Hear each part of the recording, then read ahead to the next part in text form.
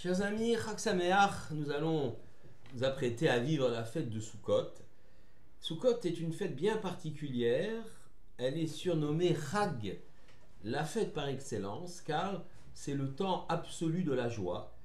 Après les moments austères de Rosh Hashanah et de Yom Kippour, arrive la fête de Sukkot. Mais, si je puis m'exprimer ainsi, la fête de Sukkot vient clore deux cycles de fêtes différentes. D'abord, les cycles des fêtes de pèlerinage, Pessah, Shavuot, Sukkot, qu'on appelle les Shalosh Regalim, et ensuite, ça vient clore le cycle des fêtes de Tishri, plus exactement, ça sera Shmini Atzeret Simchat Torah, mais enfin, Sukkot, l'ensemble des fêtes de Sukkot, Shmini Atzeret Simchat Torah, vient clore les fêtes de Tishri et vient apporter une conclusion, si je puis m'exprimer ainsi, aux fêtes de Rosh Hashanah Yom Kippour, appelées Yamim Noraim. Mais revenons sur le premier cycle, celui des fêtes de pèlerinage, les Shalosh Regalim. Pourquoi sont-elles appelées ainsi? Parce que les Bnei Israël, au temps du Beth Amikdash, se rendaient au Beth Amikdash durant Pessah, Sukkot et Shavuot et Sukkot, plus exactement, pour offrir des korbanot. C'est ainsi qu'on vivait les fêtes à cette époque-là. Le korban Pessah, spécialement pour Pessah, l'agneau de Pessah, les bikurim, les prémices pour la fête de Shavuot, les premiers fruits, et également à Sukkot, les différents sacrifices très très nombreux pour les nations et pour Israël à Shemini Atzeret, au 8e jour de clôture. Donc il y a un lien entre ces fêtes-là. Il y a également une dominance agraire, une dimension agraire à ces trois fêtes de pèlerinage. Pessah, la fête du printemps, donc du renouveau de la nature. Shavuot, la fête de la moisson. Donc on coupe les premiers fruits, on a dit les bikurim, mais on coupe également le blé, l'orge. Et Sukkot, la fête de l'engrangement, Chag HaAsif, on rassemble les récoltes laissées sur les champs, on les met dans la grange. Donc il y a une dimension agraire importante. Et on peut dire d'ailleurs que les trois fêtes de pèlerinage, elles ont un lien très fort avec la terre d'Israël. Elles affirment notre lien, l'appartenance à la terre d'Israël. La terre d'Israël appartient au peuple juif, n'en déplaise à certains, et évidemment l'importance pour nous de vivre sur cette terre d'Israël et de ne pas la souiller par quelques actes qui s'écarteraient du projet qu'Akadosh Baruch Hu a voulu. Donc il y a une dimension agraire, il y a une dimension nationale aussi dans les fêtes de pèlerinage. Tout le peuple se rassemble et affirme sa fidélité en Dieu. On a également le fameux triptyque Am Israël, le peuple d'Israël qui se rassemble aux fêtes de pèlerinage, Eretz Israël, la terre d'Israël, la dimension agraire de ces fêtes, et bien sûr Torah d'Israël, la Torah d'Israël que nous a offert Akadosh Baruch Hu. Donc il y a dans Sukkot une conclusion. Alors comment comprendre cela? En effet, les trois fêtes de la pèlerinage racontent une histoire, l'histoire du peuple juif. Le début, eh bien, c'est la sortie d'Égypte. Sortie d'Égypte, c'est la naissance du peuple juif. Véritable naissance, le peuple juif sort d'un autre peuple qui l'a opprimé et il existe véritablement en tant que peuple. Puis vient la fête de Pessah. Pessah, c'est la fête de Shavuot, c'est le don de la loi. On peut expliquer que c'est peut-être la bar mitzvah, quelque part, du peuple d'Israël. Il devient majeur en recevant la Torah. Avant, il n'était pas responsable, maintenant il l'est. Il va écrire son histoire avec cette Torah qui va devenir l'identité même d'Israël, ce qui va forger son identité. Et puis on arrive à Sukkot.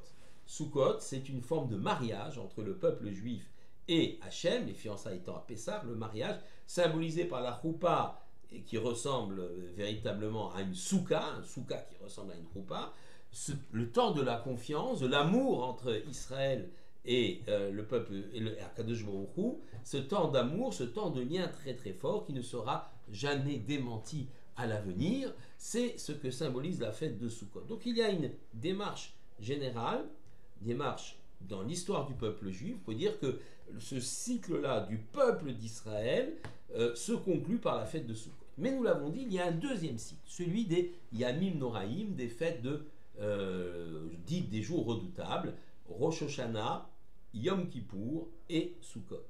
Rosh Hashanah et Yom Kippour, ce sont des jours qui sont des jours redoutables parce que Dieu nous juge. il y a une dimension collective, bien sûr, le jugement du peuple juif, mais il y a aussi une dimension individuelle.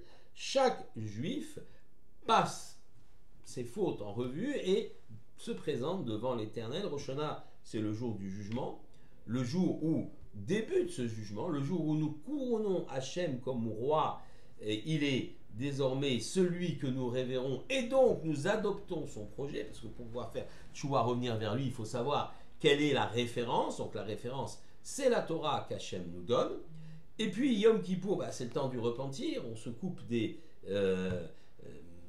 contingences matérielles, on jeûne, on ne se lave pas, on ne se frictionne pas, on ne met pas de chaussures en cuir, pas de relations intimes, tout cela pour se couper du domaine matériel afin d'être tout entier dévoué à cette approche d'Akadosh Baruch Hu, dans une démarche de repentir et de tchouva, dans une démarche où on se retrouve soi-même et on retrouve l'essentiel du soi-même dans notre cœur. Mais Yom Kippour est un jour assez austère finalement.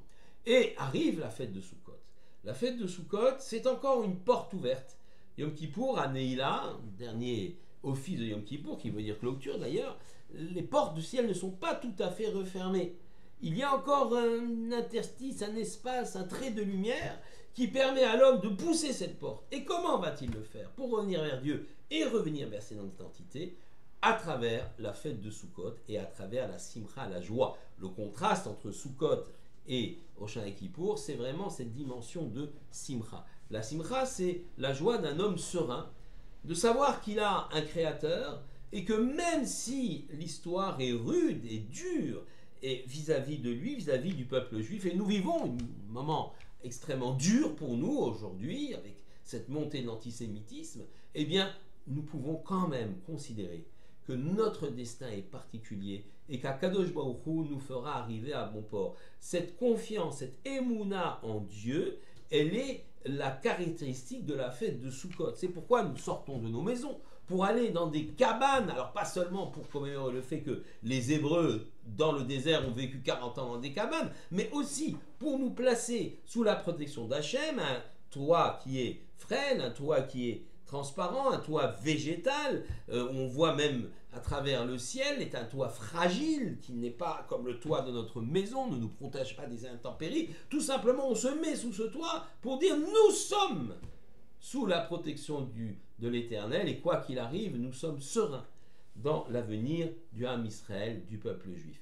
La Souka, nous en avons parlé, l'autre grande mitzvah de Sukkot, c'est bien l'arba minime, les 4 espèces de plantes, le loulav, le hadas, le hétrog et les haravot. Ces 4 espèces de plantes, nous l'avons expliqué à maintes fois, il s'agit de représenter l'ensemble du peuple juif. Le réach, le parfum, représente l'étude de la Torah, le prix, le fruit, si c'est consommable, représente les mitzvot. Le loulav, la grande feuille de palmier ne sent rien, mais elle donne des fruits, des dattes. Le hétrog, lui, a les deux, le bon parfum et le fruit.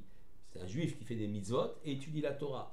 Les haravot, il n'y a rien. Donc, ni étude, ni pratique des mitzvot. Quant au hadas, il y a une étude intellectuelle, mais qui ne s'incorne pas dans les mitzvot. Donc, on peut comprendre que, prenant le bouquet d'oulav, je prends l'ensemble du peuple juif et je l'élève vers Hachem. C'est une volonté de ne laisser personne d'abord sur le chemin, même ceux qui sont les plus éloignés de la tradition, représentés par les haravot, par le sol, mais aussi de vouloir s'élever vers le Tout-Puissant, tous ensemble, de grandir tous ensemble. Il est nécessaire d'être à plusieurs, il faut un minyan pour prier déjà. Et là, donc, les 4 catégories de juifs représentant le peuple juif se rassemblent pour s'élever vers l'Éternel. Donc, c'est aussi cette dimension-là qui est importante à Sukkot, avec d'une part la Emouna, représentée par la Souka, de la confiance que chaque juif met en Dieu, mais aussi la nécessité de comprendre que c'est dans la collectivité d'Israël, le klal Israël, que le peuple juif trouvera son salut et se rapprochera d'Hachem, en faisant bien attention de ne laisser personne sur le chemin. Et la fête de Sukkot se termine par Shemini Atzeret, 8e jour de clôture Simchat Torah. En Israël, c'est le même jour, la joie de la Torah, avec cette exubérance et ces chants, ces danses qui montrent que le peuple juif est serein, qu'il s'est retrouvé enfin. Le 7 octobre, il y a 2 ans, Simchat Torah a été un bain de sang pour notre peuple. Il a été un jour noir. Les nations, loin de nous soutenir face à cette agression, se sont toutes retournées contre nous et ont donné des gages à nos ennemis. Aujourd'hui, nous pouvons regarder tout de même l'avenir avec espoir. Et même si les difficultés sont là, même s'il semble qu'une grande partie du monde est contre nous, nous saurons surmonter les épreuves. Besiata dishmaya, avec l'aide d'Akadosh Baruch Hu, et surtout dans l'union du peuple juif, car cette aide d'Akadosh Baruch Hu est conditionnée à cette union, à cette fraternité dans l'âme Israël. C'est ça le sens désormais que prend cette fête de Sukkot, particulièrement cette année. Chag Sameach à tous.